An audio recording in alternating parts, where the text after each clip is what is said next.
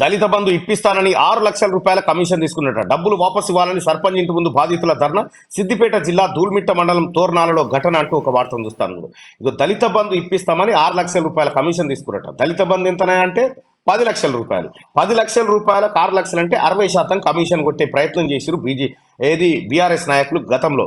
దళిత బంధు వచ్చేదే 10 లక్షలు, దాంతో బ్రహ్మాండం మీద వస్తుందని చెప్పి దళితుల దగ్గర 6 లక్షలు ఎత్తుకొని పోయాడు. ఈ 10 లక్షలు రాలే, ఈ 6 లక్షలు వీకినాయి.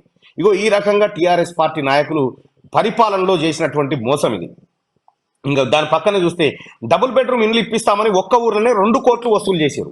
2 కోట్ల రూపాయలు. 100 మంది నుంచి కమిషన్లు తీసుకున్న లీడర్లు ఒక్కొక్కరి నుంచి 1.70 లక్షల నుంచి 3 లక్షల వరకు వసూలు. ఓ బాధితురాలి ఫిర్యాదుతో బీఆర్ఎస్ నేతపై చీటింగ్ కేసు మహబూబాబాద్ జిల్లా చిన్నగూడూరులో వెలుగులోకి వచ్చిన ఘటన అంటూ మనం ఒక వార్తను చూస్తా ఉన్నాం. ఇక్కడ డబుల్ బెడ్రూమ్ ఇండ్లు ఇప్పిస్తా అని 2 కోట్లు వసూలు. ఎందులో లేదు చెప్పురు అవినీతి? కేసీఆర్ పెట్టిన ఏ స్కీమ్లో అవినీతి లేకుండా ఉందో ఒక్కసారి ఆలోచన చేయండి.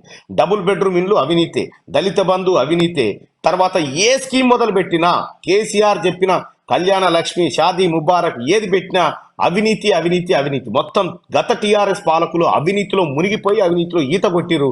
ఇవాళ వాళ్ళకు ఊపిరాడని పరిస్థితి. ఇవన్నీ లెక్కలు బయటకు వస్తూ ఉంటే